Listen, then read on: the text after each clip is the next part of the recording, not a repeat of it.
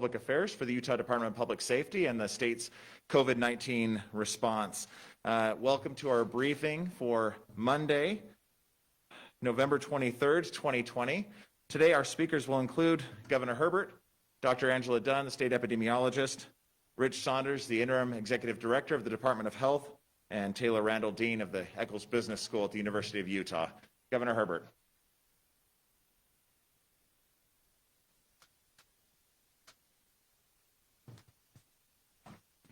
Well, thank you, Joe, and welcome once again. A little unusual. We have a short week because it's Thanksgiving, and so we wanted to give information today on a Monday, which is a little bit unusual. But thanks for those who are participating. We appreciate, again, the media helping us get the information out.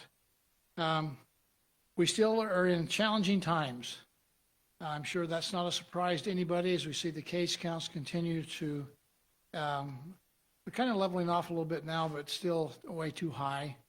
We'll have new numbers today, which will show us a little bit of hope as we go forward. But in spite of the challenge we face as Utahns and as Americans and literally around the world, as we have this Thanksgiving week, I hope we have opportunities to reflect upon all the things we should be thankful for, which there are many. It really is wanting to foster an attitude of gratitude for all of us because we have a lot to be thankful for this Thanksgiving time. And we hope that people will have the opportunity to celebrate Thanksgiving. But we want you to not only have a happy Thanksgiving, but a safe Thanksgiving. So we'll remind you all about the protocols, which you've heard many, many times before, but are no less important today than they were, a few months ago, as we have this opportunity to pause from our work and give thanks. Again, remember to have a safe practice as you gather. You increase the risk when you bring people into your home that are from outside of the four walls of your house. That's just a harsh reality of what the data shows us. So bringing people in from outside your walls is going to increase the risk of you having somebody that will share with you the COVID-19 virus. When you gather, if you are gathering together, you should wear a mask. Along with social distancing, the combination of both those things will help, again, minimize risk. And as you gather, the smaller numbers that you gather with, the safer you will be. Again, smaller is better as far as minimizing risk. I had a doctor call me and say, you need to emphasize more, Gary, about washing of your hands. That's a part of the protocol. We talk about hygiene, appropriate hygiene, but we need to wash our hands regularly. With hot water and soap. If you don't have hand sanitizer, that could be used as an augmentation of hand washing. But again, that's how we transmit the disease, the virus, around with our hands. And so wash your hands 20 seconds. We've talked about singing happy birthday to yourself twice, and that gives you the time to wash your hands. We also would encourage you, again, this Thanksgiving season, not to have potluck dinners. Not to have people bring, one from outside your household, but then to bring food. The food should be prepared by one person and dished out by one person too, and that person should be wearing masks when they prepare the food. So again, keep it short. The gathering together not only should be small in number, but it should be in short duration. I know this is contrary to Thanksgiving and football and all we have on television that day, but again, just if we want to minimize the risk, those are the protocols that you should follow. We hope we're going to be seeing the effects of this pause that we put in place. And I think there's indications that we, in fact, are starting to flatten out a bit. We have another week to go, really, to kind of test what we've done in modifying our system through our last health order. But we are asking people to stay the course one more week and see what we can do there. We certainly are taking steps to increase testing. We mentioned that a week ago too. We'd like to increase our testing by, 2 or 3 times. We'd like to be able to do 250 to 300,000 tests a week, and we think that will allow us to find people and isolate them to help slow the spread, find out really who's got it and what we need to do, in fact, to isolate them and slow the spread. We have a particular emphasis on our younger people, our college-age students. And the casual gatherings they tend to be involved with, and so that's going to be a major emphasis. Increased testing for those who are asymptomatic. Again, this is an evolution of learning. We started out not believing that people that were asymptomatic could spread the virus. We now know that they can and do. And so we're trying to get everybody tested, including those who have no symptoms, to find and isolate them. And we all know that I think for the first time in a long while, we see a little daylight at the end of the tunnel.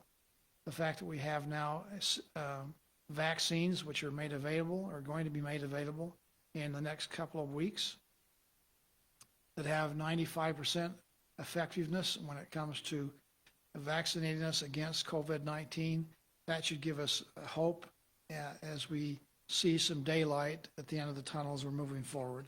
So the next 2 or 3 weeks, I think we'll see our first opportunities here in the state of Utah to inoculate people, and we'll look forward to that opportunity.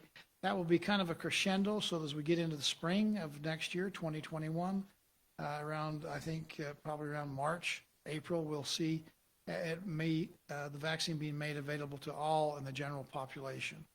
So again, I think there are reasons to be thankful and grateful for where we're at and the direction that we're moving in. So again, my last comment should be thankful, be careful. Follow the medical and science recommendations we have a safe and happy holidays, and if we do that, we'll be around for the holidays for next year too, and that's an important thing. So with that, let me turn some time over to Dr. Dunn, and she can give us the latest numbers. Dr. Dunn?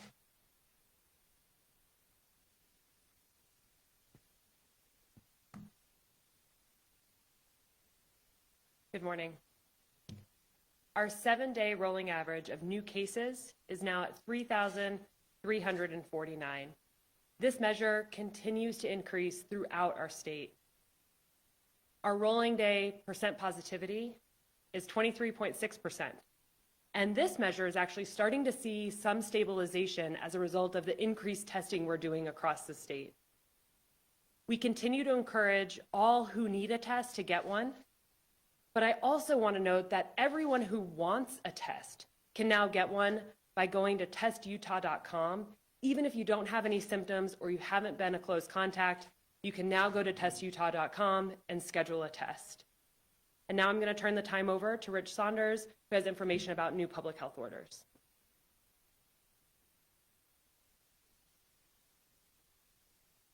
Thank you, Dr. Dunn, Governor Herbert. It's good to be with you today. As the governor mentioned earlier, the executive order and the public health order that has been in place and will be in place until midnight tonight will come to an end, expiring. And when those do come to an end, we'll have a new public health order that will take the place and return us back to the transmission index that was in place before this 2-week pause occurred. As a reminder,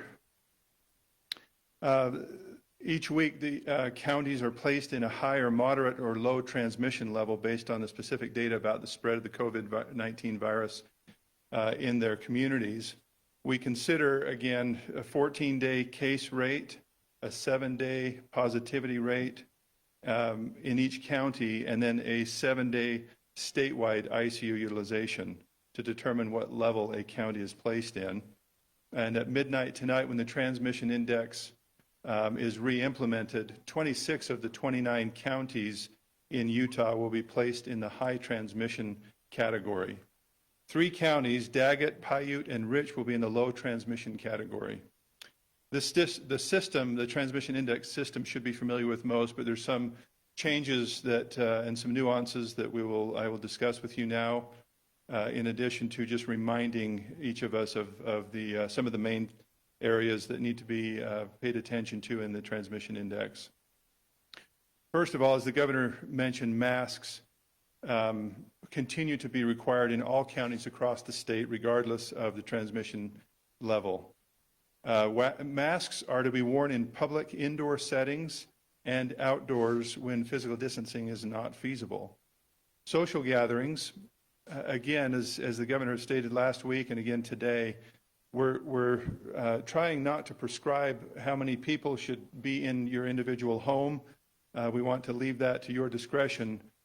So we've removed the limit on the number of people who can attend a private social gathering on your own private property. But we still want to promote the best practices as the governor has done. So as for social gatherings, we still recommend gathering only with those of your same household. That is the safest way. But if you do gather with other households outside of your own, we recommend keeping the numbers small. And practice physical distancing wherever you can and wearing masks, even though you're among family and friends. The exception to this is, of course, when you're with members of your own household.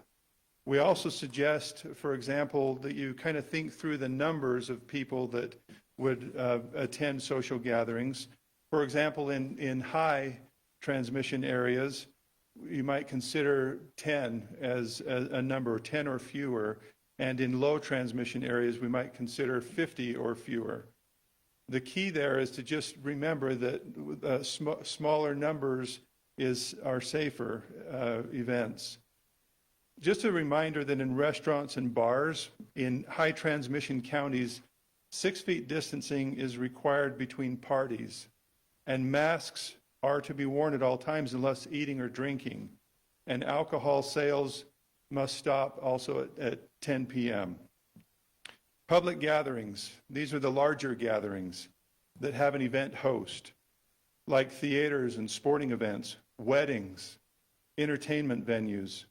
Remember that masks are required to be worn, and 6-foot physical distancing between household groups is required at all times, including the egress and ingress on those venues. High transmission counties, this is what I've just shared is pertaining to high transmission counties. Performers and athletes are exempt to this while they're actively performing at these events, and exceptions to physical distancing requirements at these venues may be granted by county executives. And across all transmission levels, the following measures are being implemented. So a lot of you have been asking about extracurricular activities that were put on hold for the last 2 weeks. The state continues to believe that learning in person is the best option for Utah students, and we want to do everything we can to try to preserve this. Now, focusing on extracurricular activities, beginning next Monday, a week from today, all participants in high school extracurricular activities, including the coaches, trainers, and staff, will be required to be tested every other week. And anyone who receives a positive test result will not be allowed to participate in the high school extracurricular activity until they've completed their isolation period. With club sports, and this continues to be a significant concern to us, although we love club sports and we love for them to take place, what we're asking, and we are placing under public health order, is that participants in club sports, recreation leagues, dance studios, gymnastics gyms, volleyball gyms, and all of these types of venues and activities, we are requiring that symptoms be checked and exposure is checked, or in other words, asking each participant whether or not they've been in an exposure situation within the past 2 weeks. So this symptom and exposure checking is to take place before each in-person activity, including practices. Businesses will now be allowed to have a little different quarantine protocol. And finally, similar to the K-12 protocols that we've implemented in the recent weeks, we're offering businesses an opportunity to have quarantined employees return to the workplace earlier than previously required. If an employee was exposed in the workplace, for example, that employee can be tested on day 7 or later of the quarantine, and a negative test will clear that employee to return to work. We're grateful for the team, including Dr. Joe Miner, Angela Dunn, and other epidemiologists that have worked through this to be able to put this in place. This is at the discretion of the business owner, however. So as you can see, we continue to adapt our response and trying to implement changes as we see the changes in data and other information. They're sensible. These restrictions or guidelines that are placed in the public health order are designed to balance the individual liberties and our collective well-being. They're aimed to protect lives and livelihoods. So I hope during this time that we can think about one another and what we can do as individuals in the name of a much higher good and a common good to all. Thank you for your time and your participation in the public health order and all that you're doing. And we wish you a happy Thanksgiving this week. Thank you.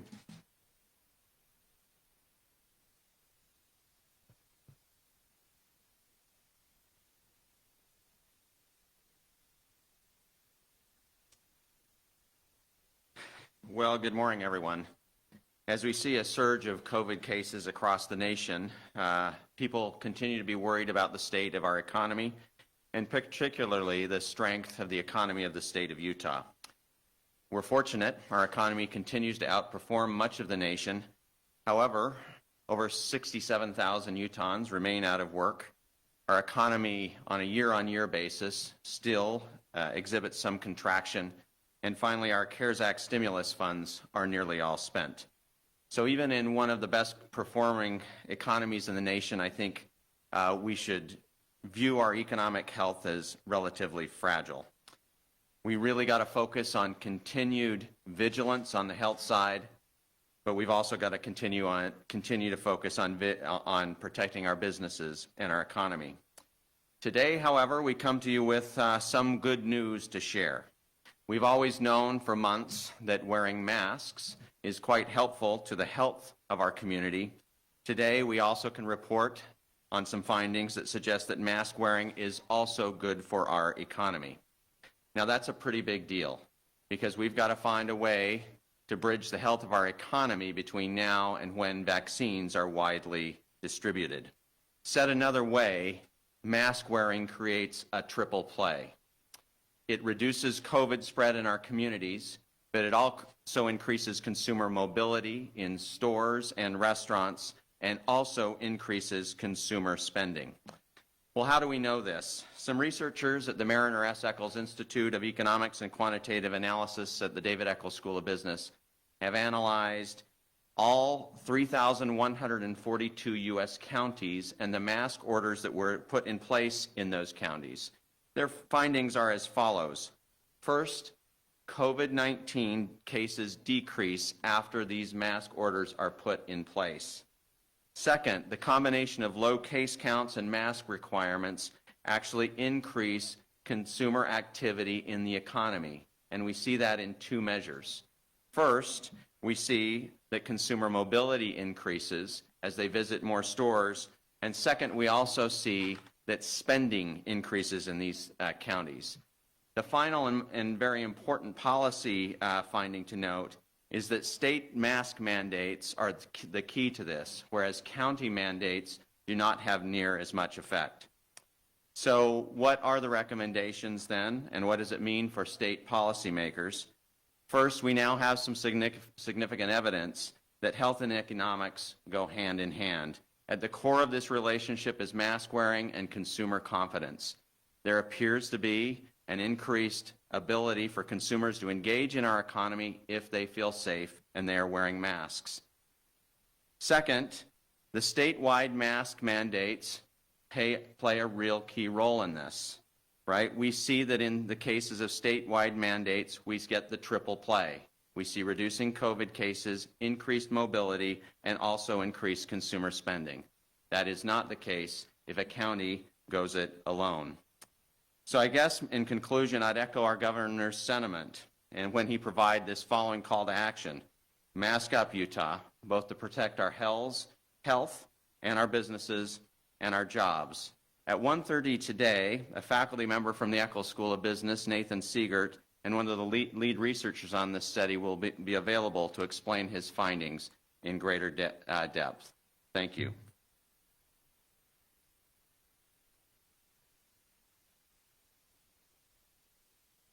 Well, thank you, Dean Randall. That is exciting news. We find that not only does it help minimize the risk of catching and spreading the virus by wearing a mask, we also find that it's very helpful for our economy because people feel safe about moving around and about, and that's how the economy continues to prosper. So That's good information. Again, later today, a more in-depth discussion about the study that's been done by the University of Utah.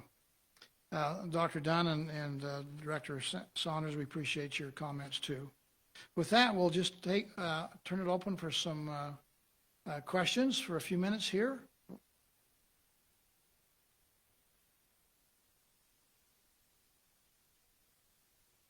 Hi, Governor. It's Ben Winslow with Fox 13. I wanted to ask if you have plans for our hospitals continue to almost exceed capacity, and what's your plans if cases continue to climb? Do you have plans if Thanksgiving turns into a super spreader event because people still gather? Well, there's always contingency plans whether there's Thanksgiving or not, Ben. The hospitals already have put into place what they need to do for critical care and the ability to kind of triage so that those who have the most serious ailments go to the top of the line and others would be, in fact, go to the end of the line.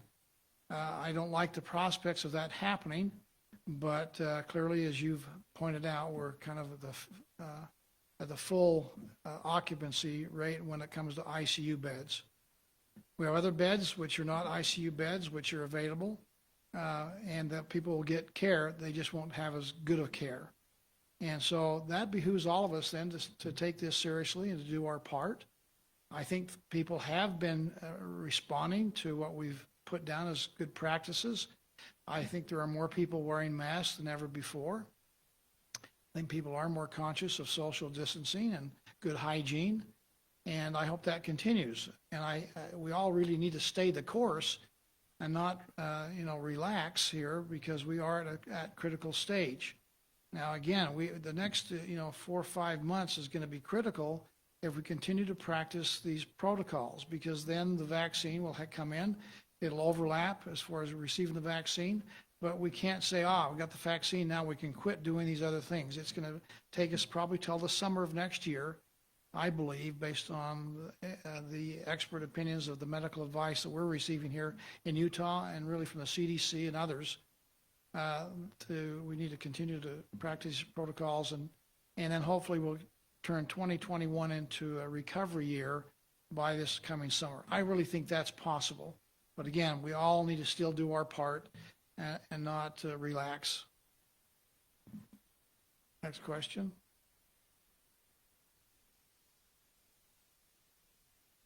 Good morning, Governor. Christina Flores with KUTV. After you imposed the emergency order, when did you expect that things might turn around? We had 4,000 cases at the end of last week. That doesn't seem like a turnaround or like we're doing any better. Yeah, I would hope that we could have some kind of stabilization. It looks like our positivity rate maybe has dipped just a little bit, but we're certainly not out of the woods now. We put the emergency order in place. It will continue all of it, except for the requirement to have only inside of your home members of your household. We think that's a little bit of a step of intrusion into people's privacy. We're a little concerned about that. Doesn't mean the risk is any less. In fact, if anything, it may be more because of the propensity for us to gather together as families and friends during Thanksgiving holiday. So a word to the wise, again, you understand. I don't think there's anybody really in the state that does not understand what we should be doing. We just hope that they do it. And we have laws in place on mask wearing statewide now. We have laws in place on what businesses should be doing when it comes to requiring masks in their establishment, having signage in place to make sure that occurs. We're having solicitation of people involved in business to join the Stay Safe to Stay Open protocols and organization sponsored by our chambers of commerce. A lot of things being done out there. PSAs, we see a lot of announcements on television and radio and the media to help us to remember what we should be doing if we want to slow the spread and bend the curve. But unless we do it, it won't happen. It doesn't matter what the protocols are out there that we're asked to do. If we don't do them, it'll have no effect. So I'm hopeful. Again, this is the most dangerous time of the year because of being indoors, cold weather, and the holiday season where we tend to get together. We're just telling people, take a pause on that and try to keep your gatherings small and short in duration. Next question. Hi, can you hear me? Yes. Thank you. In the 2 weeks since the emergency health order was implemented, it looks like cases, hospitalizations, and deaths have risen pretty precipitously. And now the health order is being relaxed in some ways. So my question is, does that mean we've seen the most stringent restrictions that we're going to see in Utah, like no matter how high the cases and hospitalizations get? And if not, what exactly would trigger further restrictions? Is there any plan if we get up to 5,000 cases a day and 100% hospital capacity? Everybody's looking for the kind of the magic formula, the magic bullet to solve the problem. And unfortunately, I don't think there is one. It's really, how do we endure? How do we get through this challenging time with a minimal amount of damage to our health care, to our health of our people, including mortality? And how do we, in fact, keep the economy functioning? Because if it doesn't, it has its own sets of problems. And so as I look around, I was on a phone call here just this last week with governors from around the country, and nobody has the exact right answer. Everybody's trying different things and certainly are experimenting. And what seems to work in one state is not working in other states, or what worked in the state at one time is now not working. Everybody's going through these surges right now, and again, it's probably a reflection of us gathering together and the colder weather, getting more indoors and less outdoors. But as I look at those who've tried it in different ways, I'll just use two extremes. New York tried to close everything down. Their economy is still suffering from that effort, and in New York, it's pretty barren compared to the bustle and hustle that they've had before. But their mortality rate is about 174 deaths per 100,000 people, one of the highest in the nation. But they close everything down, and their economy is still suffering. You could go to South Dakota, and again, I'm not picking on these states because we all have got ups and downs in all the respective 50 states and 5 territories, as well as looking around the world. But in South Dakota, they took the other point of view, which is we're going to leave everything open. We're not going to close anything down. We're not going to make any restrictions on anybody and just have a laissez-faire approach to this. Well, they now have the 3rd highest death rate, mortality rate in the world. Their infection and case rates are going through the roof. And so that didn't seem to be working very well either. Hawaii, which is an island, they've tried just excluding people from coming to visit them. If you fly into Hawaii, you'll be quarantined for 14 days. Well, that's pretty well shut down their economy too. There's about 0 there, but they have low case numbers. So we've tried to, from the very beginning, find that balance point where we have optimal benefit of protecting people's health and also having the economy continue to prosper. And our death rate compared to, say, New York at 174, ours is about 20 per 100,000. So considerably less, about 8 times less. You compare it with other states. If we had the same rates as they have in South Dakota, which is the open system, we'd, instead of having 760 deaths, we'd end up having probably about 2,500 deaths today if we follow that same infection and mortality rate that they have in South Dakota. So our unemployment rate right now is about 4.1%. We have actually more people now engaged in the workforce now than we had pre-pandemic, with people actually engaged and looking. There are jobs available. We know that there are people who are suffering and hurting, and on both sides of the equation, economically and healthcare wise. We're trying to find a way to all of us come together to get that optimal benefit. And although we're not perfect, I think we've done a pretty good job, all things considered, compared to other states. So again, help is on the way with a vaccine. Let's continue to follow the protocols of social distancing, which is the best thing you can do. Be away from people who potentially have the virus. Wear a mask. We see the benefits of minimizing risk. It doesn't mean it's risk-free. People sometimes get that mixed up. It just minimizes the risk of you catching or spreading the virus. So mask up, and then have social distancing, and then wash your hands. Have appropriate protocol. And by the way, common sense, if you're sick, don't go to work. Don't take the chance. And we're trying to emphasize now increased testing. So again, I think we're in a good place. Can other things happen down the road? Sure. We'd have to analyze it. We meet together with our brain trust, as it were, of about 200 people involved in healthcare and medicine and science and data analysis and the economy to find out with our unified command, what should we be doing policy-wise? Every day, that's a discussion. So I don't know what's going to happen. I hope that we all just do the things we know we should be doing, and we won't have to worry about it being any worse, and hopefully it'll start getting better. But is there a plan for, I mean, modeling out or just anticipating, projecting, if it does get worse, which it seems very, very likely it will, given the increasing case rates that we're seeing even today, is there no trigger I'll let for, Rich say, come- shutting down restaurants? I'll have Rich come in and can talk about that, what we're getting from the Department of Health. We have a plan in place. We anticipate that's going to work. We believe people will, in fact, follow the recommendations we're giving. Can that be modified? Absolutely. I guess, what is that belief based on? Because it seems like these recommendations haven't been followed for the past, 7 months or whatever. Well, the fact of the matter, we're not as bad as some places in the country, and we are, in fact, better than most. That gives us at least some optimism. But again, we're in the middle of a pandemic. I understand it. We all get it. It's a virus. It's invisible. It's, we don't know if we are carrying it. We now find the latest medicine tells us if you're asymptomatic, you can still spread it to other people. So it's a tough challenge. There's no question about it. And we're battling just like every other state. And I think we're doing better than most every other state. So doesn't mean we're where we want to be, but there's no reason to give up hope. Rich, you got anything you want to say? No, we're good. Next question. Hi, this question is for Dr. Dunn. This is Haley Hendricks with ABC4.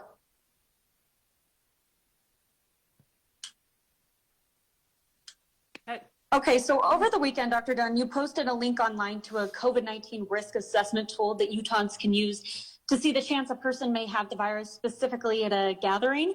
Can you talk about this tool, why you support it, and how you hope Utahns can utilize this, especially with the upcoming holidays and the increased COVID cases we're seeing? So this is a risk assessment tool that's been built by Georgia Tech, and it's been used by a lot of health officials throughout the nation to really model out risks. So if you have X number of people at an event, what is the risk in your county of somebody actually being positive for COVID?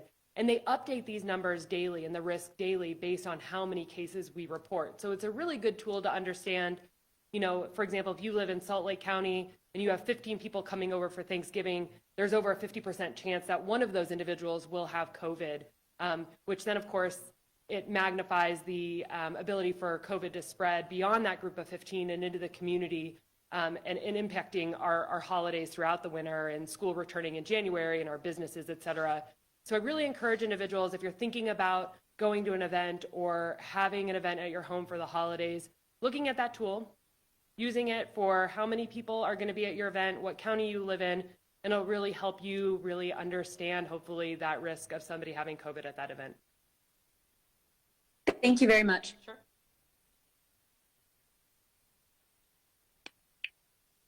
My question's also for Dr. Dunn as well. Good morning, Dr. Dunn.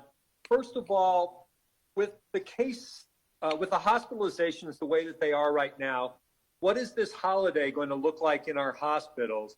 And also for you, what kind of adjustments have you made to your typical holiday plans for this Thanksgiving? Sure. So our hospitalizations that are going to happen over the next couple of weeks are a result of our cases that have happened in the past week. So we know that our hospitalizations are only going to increase throughout this holiday season. What we're trying to do is make sure that people understand this risk and change and alter their Thanksgiving holiday plans accordingly so that we don't continuously have this surge of our hospitals needing to alter the way they care for patients with both COVID and non-COVID. It is so essential that we take this opportunity in the last several months before a vaccine becomes available to not continuously increase the burden on our healthcare capacity. Personally, I am having Thanksgiving with the 3 other individuals that live in my household. We're ordering Thanksgiving from a local restaurant, and we're going to hang out together and use that time to have some quality time, both indoors and outdoors, we usually have a feast with local friends who also don't have family in the region, but we're going to just do it solo this year because of COVID.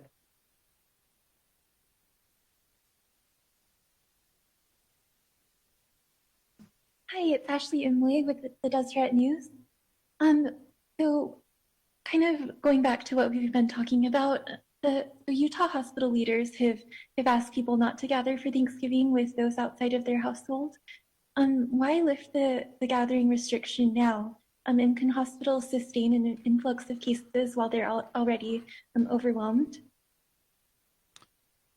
We mentioned 2 weeks ago when we put the order in place that we're going to put a pause in place for 2 weeks and we'd lift it, and which we've done and are doing. We think it's a bit of a stretch to say to people of Utah and our citizens, we're going to tell you what you can do within the walls of your own home. That's a challenge for government overreach. And we certainly know that there's many people out there that think that is an overreach, and so we're concerned and sensitive about that issue. Doesn't mean the risk has been any less over the last 2 weeks, and we're asking people to voluntarily comply with good protocol. We're probably doing something right because we have people that say we've done way too much on the right, and we have people say we're not doing near enough on the left. And again, as I mentioned earlier, we've been trying to strive for that happy, optimal middle part where we in fact protect the health of the people and yet still have a healthy economy at the same time. And based on comparison, at least, to other states in the nation, we've done a pretty good job of threading that needle. Now, again, we want to make sure that people understand the facts, what the truth is, what they can do to protect themselves and their families, and then we would hope that they'd follow that good protocol.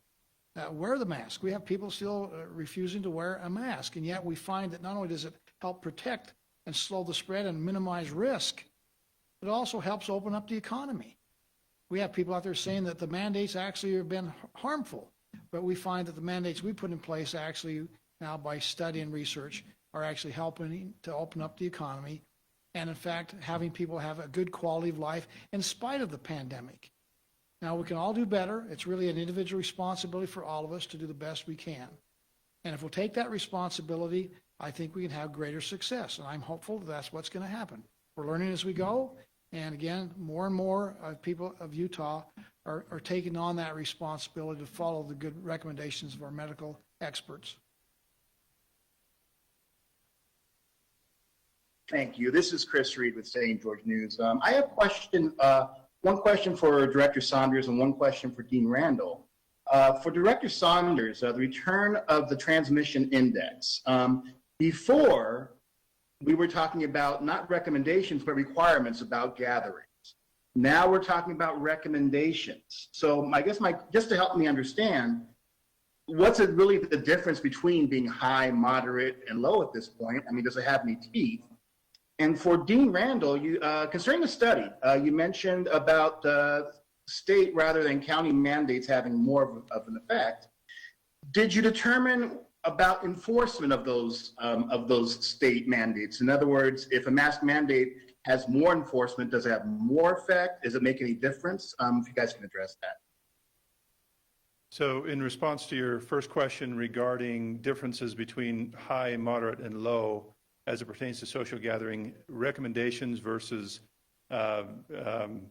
required by a public health order, what we have done is basically said there is no real differentiation in the public health order, but there is strong recommendation in how we are counseling or guiding people in the state of Utah to consider their gatherings in each of those levels. Obviously, low transmission level is, we would strive and do everything we can within we wish we could be there as a state. And that just simply says the transmission is not as high and social gatherings are not as risky, so we can expand those. In contrast, the transmission level is very high. It's a very dangerous situation. But as the governor stated, in the name of trying to not intrude into people's private residence, we pulled back, and then we're giving the correct guidance to people. For example, recommending that gatherings be less than 10. So we're trying to say to the people, and hopefully we've all learned a lot here, and we can see what's happening, that people will make good judgment, good decisions, and when they're aware of the fact that they're in high, they will gather with less people. When they're in low, they can expand that. And that's kind of the differentiation between those three levels. And it is a recommendation at this point, but we strongly recommend it be considered. Taylor?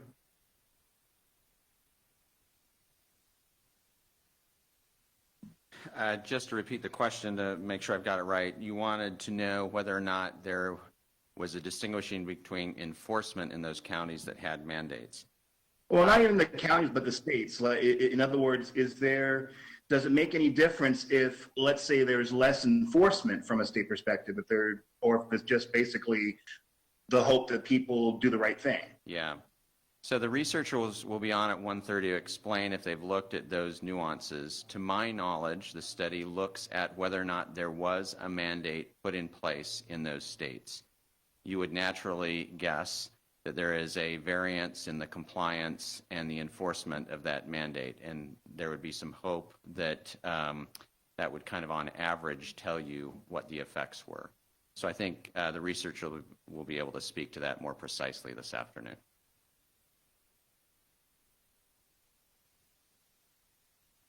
And just as a reminder, we do have a statewide mask mandate in place in all 29 counties.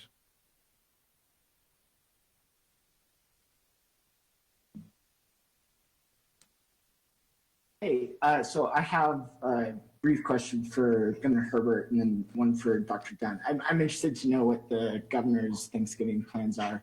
And then for Dr. Dunn, some counties across Utah have stopped contact tracing because they are so heavily burdened by cases. So for some health departments, it's all they can do to just notify a person of a positive test, and contacting their close contacts is just too much. But I've also heard from a local health official that a disease could be so prevalent that contact tracing doesn't really have an effect. So I'm wondering if we're past that point at a state level, and if not, whether we're planning to hire more contact tracers to make it through the winter. What was the question for me again? What are your my Thanksgiving plan? plans? Okay. Yeah. Well, like most people, our Thanksgiving plans are not going to be anything like they've been in the past. I have a large family, and we all live within about 10 or 15 minutes of each other. We've been getting together every Sunday in times past, pre-pandemic, for Sunday dinners. That being said, our modification this year will be, we have one family that actually has had COVID-19, so they won't be spreading it. We'll be spending some time with them. And the rest of the families are going to be doing their own things in their own homes. Again, trying to follow the protocol as best that we can at this difficult time. And again, it's a matter of, we want to make sure we don't spread the risks, that we don't infect other members of our family, and so we're going to follow the recommendations that we've given here today.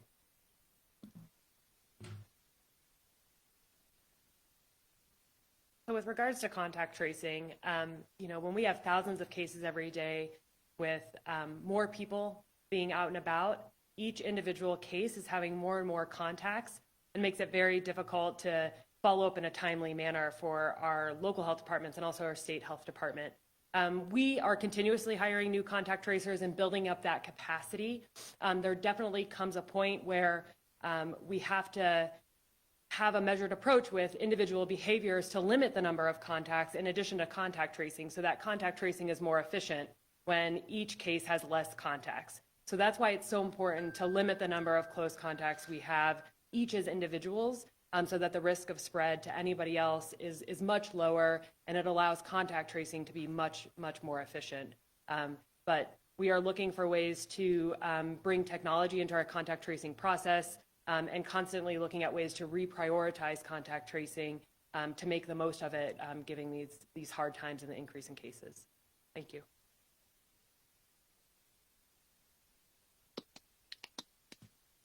With that, we'll conclude our press conference. Let me just maybe mention a couple things in closing.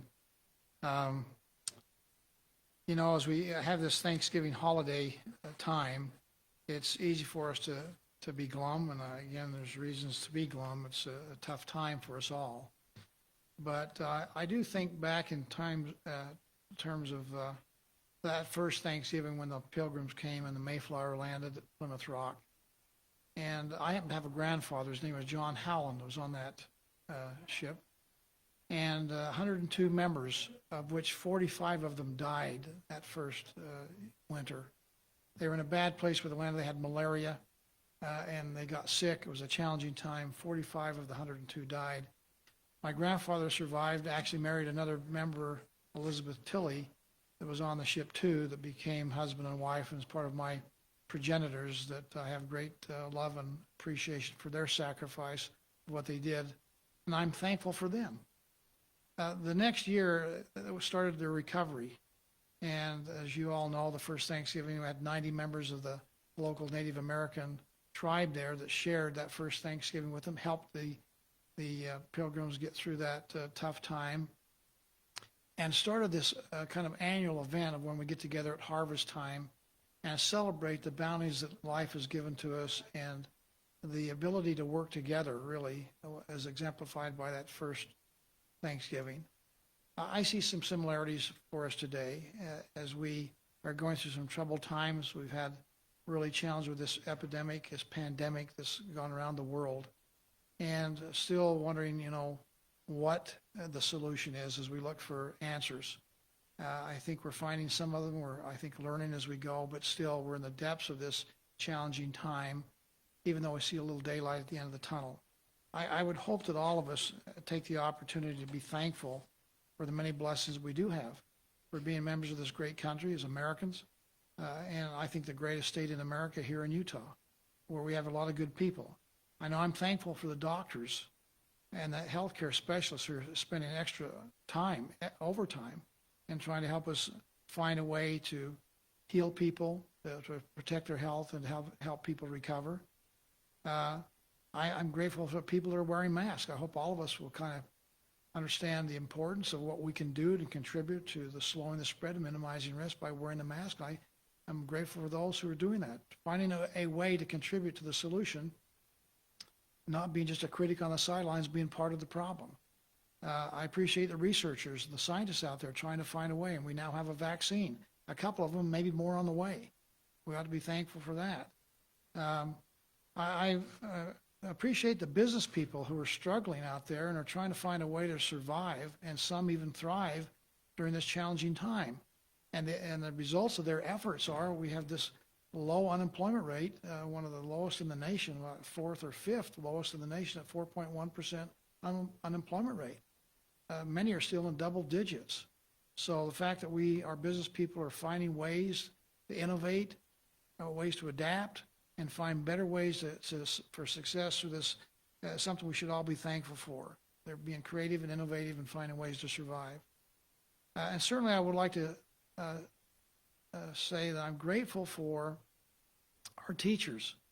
Teachers have a tough time in the classroom trying to find ways to protect their health and those of their students, but also provide an opportunity for them to learn. They are the rising generations. They're going to take over here in just a few years. And our teachers are really working very hard to make sure that the protocols are followed in school, that our students are learning, that they're progressing. And not only our teachers, but our district supervisors, our superintendents, our principals, our school boards, again, trying to help implement testing protocols in their schools. And I've been so impressed with people stepping up with a can-do attitude. And that's all of us. We need to have we can do this, and we will do this. That's something we ought to be thankful for. That's part of our heritage here in Utah, that can-do spirit of our pioneer ancestry, the can-do spirit of those who arrived at Plymouth Rock and the Mayflower. The heritage we have as Americans is one of can-do. We'll find a way, and we'll do it with the spirit of cooperation, collaboration. I hope all of us take a little extra time to thank the good Lord and nature for the successes that we've had here in Utah, and we'll continue to have them if we continue to work together. So thank you. God bless. Have a happy and safe Thanksgiving.